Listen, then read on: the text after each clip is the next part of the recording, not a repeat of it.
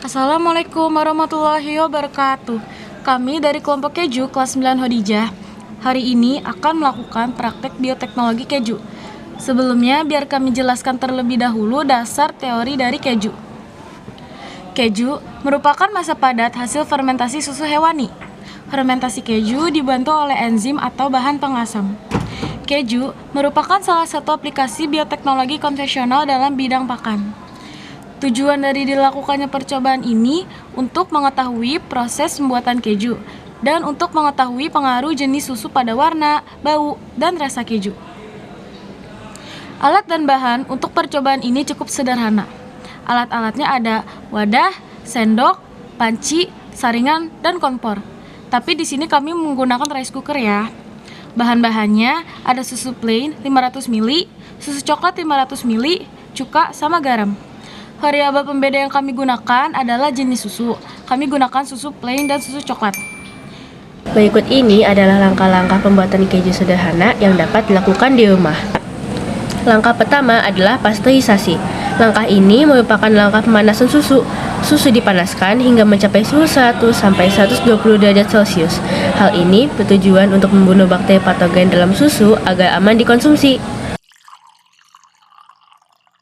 Selanjutnya, tuangkan 3 sendok cuka ke dalam susu. Tuangkan cuka sambil mengaduk susu. Di sini, cuka digunakan sebagai bahan pengasam untuk mempercepat proses fermentasi. Namun, cita rasanya akan berbeda dari penggunaan enzim atau kultur bakteri.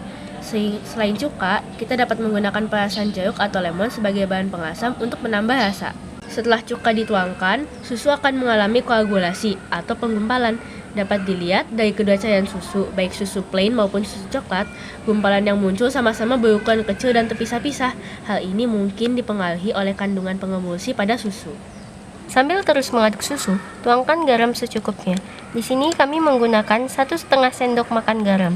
Garam digunakan untuk menambah rasa pada keju. Selanjutnya, kompor dimatikan lalu cairan dituangkan ke saringan.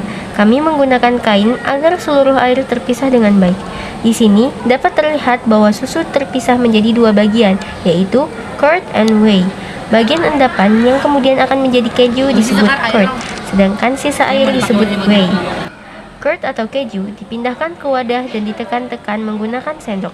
Proses ini dilakukan untuk membantu pengeluaran sisa whey, memberi tekstur dan membentuk keju.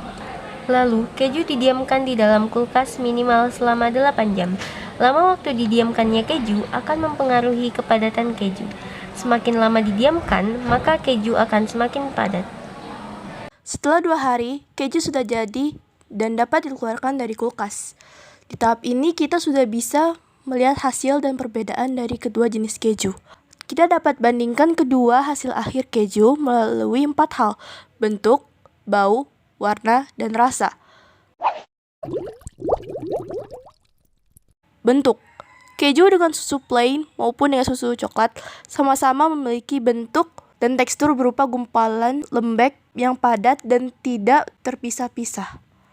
Dari segi bau, keduanya sama-sama memiliki bau asam cuka. Hanya saja, keju coklat samar-samar tercampur dengan bau manis khas susu coklat. Sedangkan perbedaan dari segi warna dapat dilihat dengan sangat jelas. Keju plain berwarna putih polos, sedangkan keju coklat berwarna coklat pekat. Kami telah bertanya ke beberapa teman kami mengenai pendapat mereka terhadap rasa keju hasil percobaan kami. Gak enak. 8,5 per 10. Enak kan enak? Ini dua-duanya enak. Kayak ini gak ada rasa. Ini kayak di pada umumnya, tapi kayaknya ada rasa coklat, tapi kayak ini lebih asam. Di sini aku mau cobain keju buatan Anissa. Aku yang ini, tapi ini coklatnya jadi enak. Enak. Enak yang mana? Enak yang ini. Oke. Rasanya lebih enak pokoknya. Ini agak asam coklat, asam mana gitu. Oke. Dapat disimpulkan bahwa rasa dari keju plain relatif hambar dengan sedikit rasa asam. Sedangkan keju coklat relatif lebih asam namun terdapat rasa manis dari coklat. Hal itu terjadi karena komponen susu dan coklat memiliki reaksi yang berbeda terhadap cuka. Dari keempat perbandingan dari segi bentuk, bau, warna, dan rasa keju, dapat disimpulkan bahwa hasil keju yang telah kami buat termasuk dalam keju asam. Hal itu dapat terjadi karena kami menggunakan bahan pengasam yaitu cuka untuk membantu proses fermentasi. Dari segi bentuk dan tekstur, dapat disimpulkan bahwa keju yang kami buat termasuk dalam keju lunak karena hanya didiamkan selama 2 hari. Dapat disimpulkan juga bahwa jenis susu yang digunakan untuk membuat keju akan mempengaruhi bentuk, bau, warna, dan rasa pada keju. Eksperimen kami juga telah menjawab pertanyaan kami bahwa susu coklat dapat digunakan untuk membuat keju. Ternyata, keju cukup mudah untuk dibuat sendiri di rumah, walaupun tidak kami rekomendasikan karena cita rasa yang didapat berbeda dari keju pada umumnya. Sekian video hasil laporan percobaan pembuatan keju dari kami. Terima kasih sudah menonton.